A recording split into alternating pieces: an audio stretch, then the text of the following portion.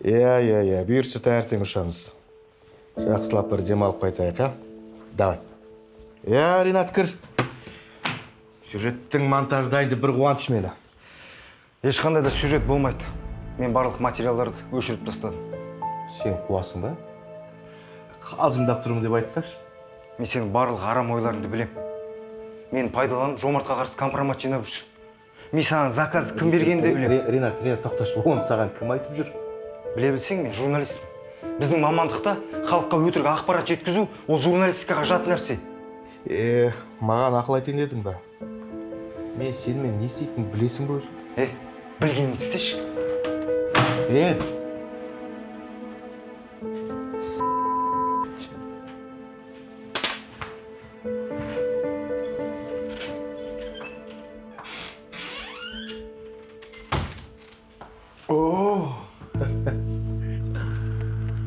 Какие люди в Голливуде?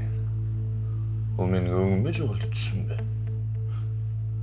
Жоқ, түсім емес. Әдемі болып киініп келгенге қарағанда ақшаны жақсы тауып жүрген сияқтысың ғой. Лаурочка, маған қарызыңды беруге келдің?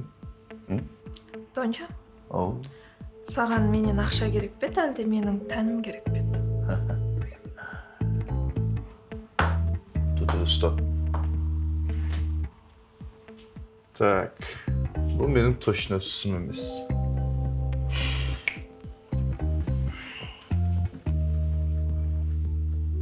Тәніңді беруге дайын болсаң, мен жақсылап тұрып екеумізге бөлме дайындайын.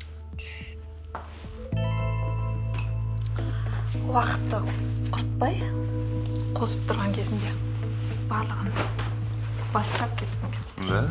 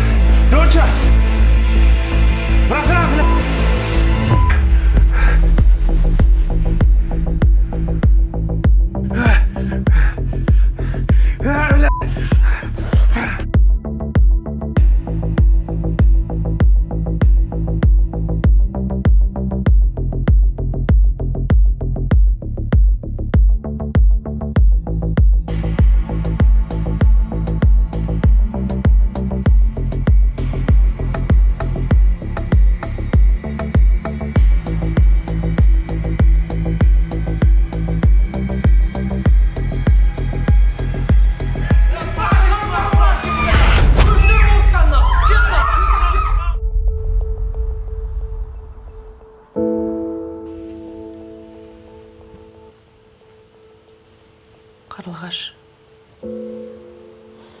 болды енді. Сіз өзіңізді іштей жей бергеннен ештеңе шықпайды. Шынымды айтсам, сұлуға диагноз қойғаннан ақ мен үмітімді үзгем. Бірақ сіз келіп, сол үмітті қайта оятқанда, қуанышымда шек болмады. Адамның емес, Алланың дегені болады екен.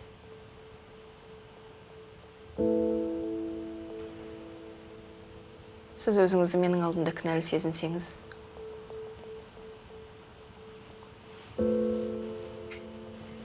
мен бәрін кештім.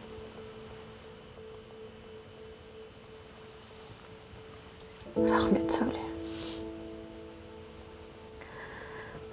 Сасық дүниеде адамды қасиеттен аттаған үшін өзім кешем бе? Білмеймін. Ол ісім үшін жазамды алдым. Әлі де алатын сияқтымын. Жалғыз қызым Лаура мамам болса екен.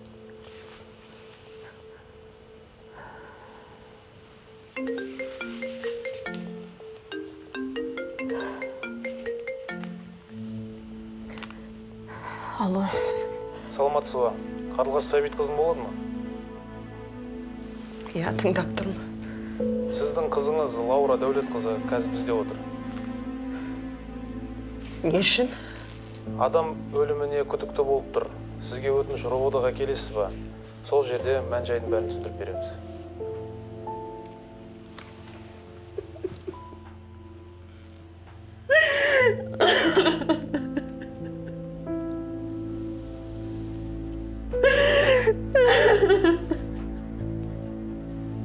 Отағасы, сәл сабыр сақтап, баламен сөйлесерсіз.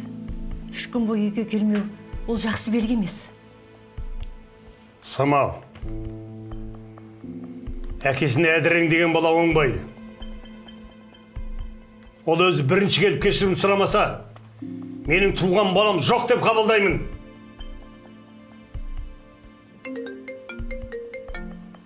Әне, тағы бір нәрсе білдірген болу керек.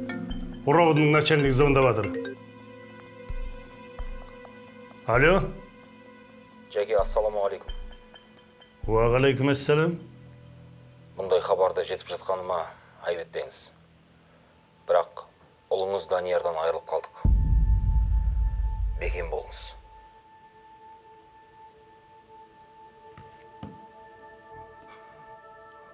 Отағасы. Не болды? Отағасы.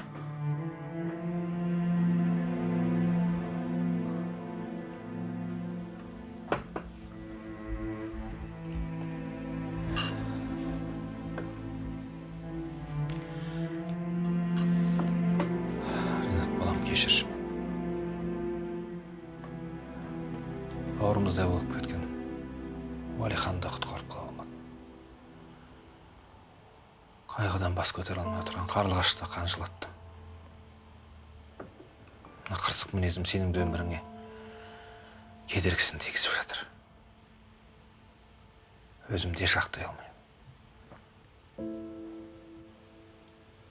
Әке, сіз өзіңізді кінәлімін деп есептемеңіз. Негізі Уәлиханға сол справканы сатып ал деп мен едім айтқан. Ринат, балам, Ержан, бұл мәселеде сендердің кінәларың жоқ. Иә, мүмкін қателескен шығарсыңдар. Иә, мүмкін себепкер шығарсыңдар. Бұл істеген істерің үшін ертең Алланың алдында жауап берерсіңдер. Бірақ Алла кешірімді. Егер тәубе етіп, кешірім сұрап намазға жығылсаңдар, теңіздей күнәларың кешірілмей ме? Тек үміт үзбеу керекпіз. Егер өзімізді жегідей жеп, өз-өзімізді сөге беретін болсақ, өмірімізге балта шапқанмен бірдей болмай ма?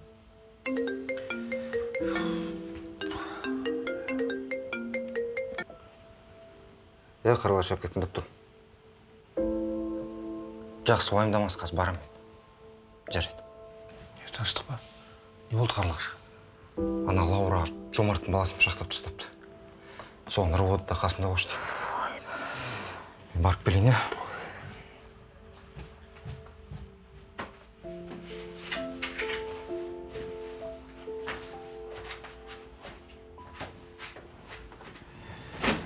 Абайлап жүрш, балам.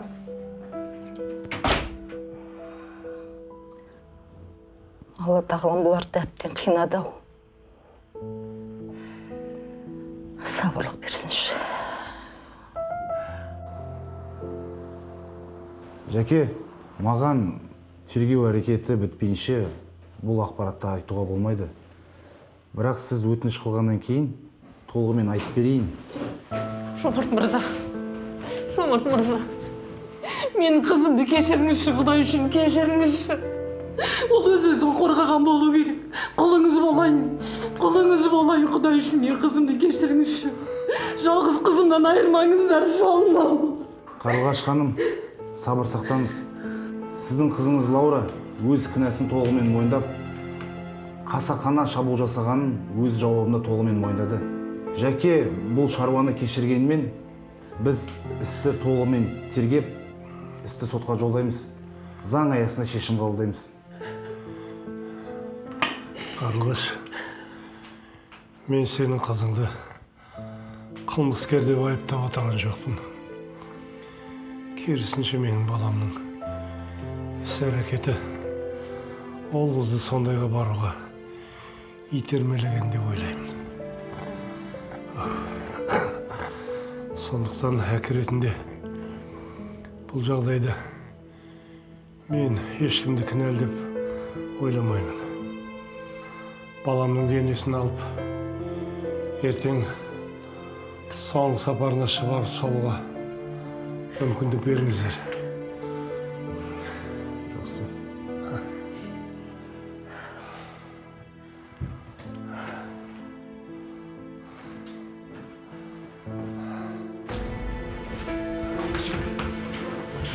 Сөйлеңізші.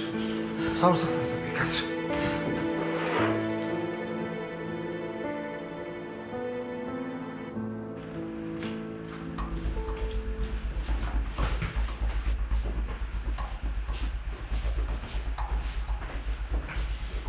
Жалғасов Арнат Досболович, сіз телеарна арқылы мемлекет қызметкерлеріне жала жабу фактісі бойынша кінәлі деп табылдыңыз. Бізбен жүруіңізді сұраймыз.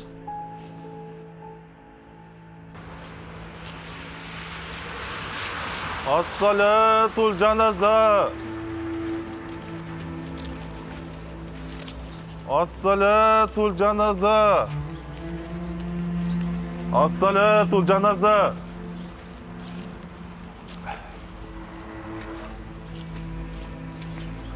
Ас-салатул жаназа. Ас-салатул жаназа.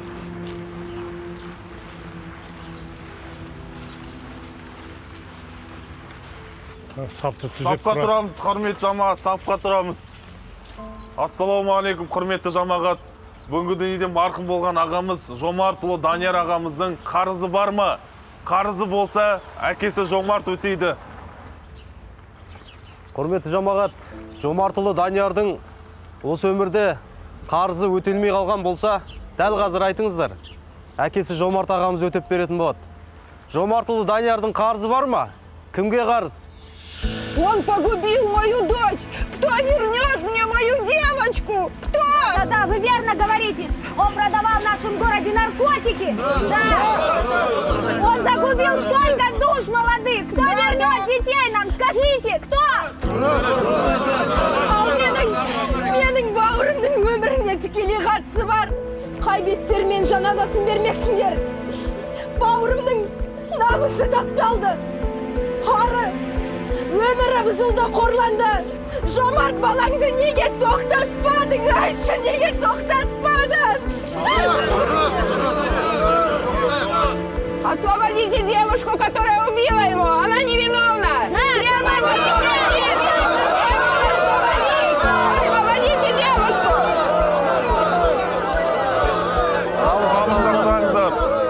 Сабыр болыңыздар, құрметті жамағат. Айналайын ағайын, өтінемін, тыңдаңыздаршы. Өліп жатқан адамнан қалай өштеріңді алмақсыңдар? Мен әкесі ретінде баламның істеген зұлымдықтарының бәрін өз мойныма аламын. Барымды берейін. Алайда бұзылған тағдырлар мен өмірден өткендерге немді беріп жұбатам. Айтыңыздаршы, немді беріп жұбатам. Сіздерге жауыз болғанмен, ол менің жалғыз ұлым. Ендеше, осыншама зұлымдық істеген жанның жаназасын шығаруды доғарайық. Егер сіздерді осы қанағаттандыратын болса, солай болсын ағайын. Кешіріңіздер, кешіре алсаңыздар, кешірім сұраймын.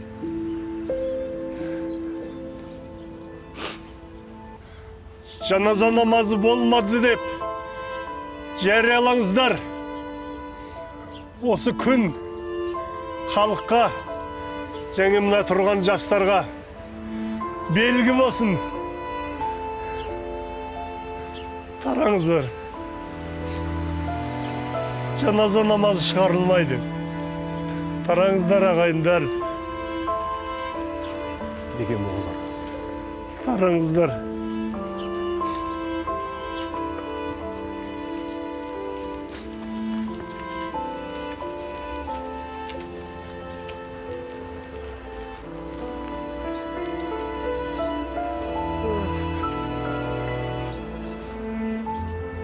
Allah'ın алдында дәрежең жоқ болып кеттің ау. Бұл өмірде де дәрежең төмендеп кеттің ау балам. Қайтейін балам, қайтейін. Қайтейін балам.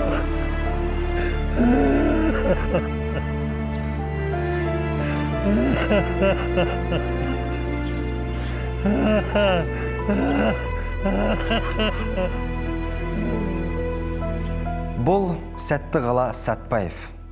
Неге сәтті? Онда мұқият тыңдаңыз. Біріншіден, қаламыз 90-шы жылдардағы рекет сымақтарға еліктеп жүрген жастардың көбісі спортқа бет алды. Ал қаланың инфраструктурасына келетін болсақ, олардың да көрінісі сол баяғы 90-шы жыл деп көбісі сөгеді. Бірақ уақыт келе жаңа ғимараттар салынатынына мен 100% сенімдімін. Иә, қазір кейбір ғимараттар ескі шығар, бірақ бастысы сол ғимараттың ішіндегі отбасының бақытты күн кешуі. Коррупция. Әрине, олсыз бізде шаруа шешілмейді деп ойлайды көбісі. Бірақ қаламызда келеңсіз бір жағдай орын алғаннан кейін ол параны ешкім алғысы келмей қалды. Және өзіміз де бермегеніміз абзал. Бізде экология, медицина, білім, мәдениет, спорт секілді дүниелер ақсап тұрғаны бар. Негізінде біздің қаланың қазба байлығы кемінде елімізді Дубай секілді көркетіп жіберетін жағдайы бар дейтін адамдар аз емес. Бірақ менің айтарым, неге соны өзімізден бастамасқа? Егер айналадағы барлығын жаман қылып көрсең, әрине бәрі жаман болады. Ал жақсы айналаны көру үшін біз өзіміз жақсы ойлау керекпіз. Сол себепті қаладан қашан көшемін немесе қашан кетемін деп ойлап жүрген жастарға айтарым. Неге өзіміздің туған қаланы кем дегенде Дубай қылмасқа? Дубайды Дубай қылып тұрған биік зәулім әдемі үйлер емес, қонақжай, жылы мінезді адамдар екенін ұмытпайық. Сіздермен болған өз қаласының патриоты Ринат Ержанұлы. Рахмет.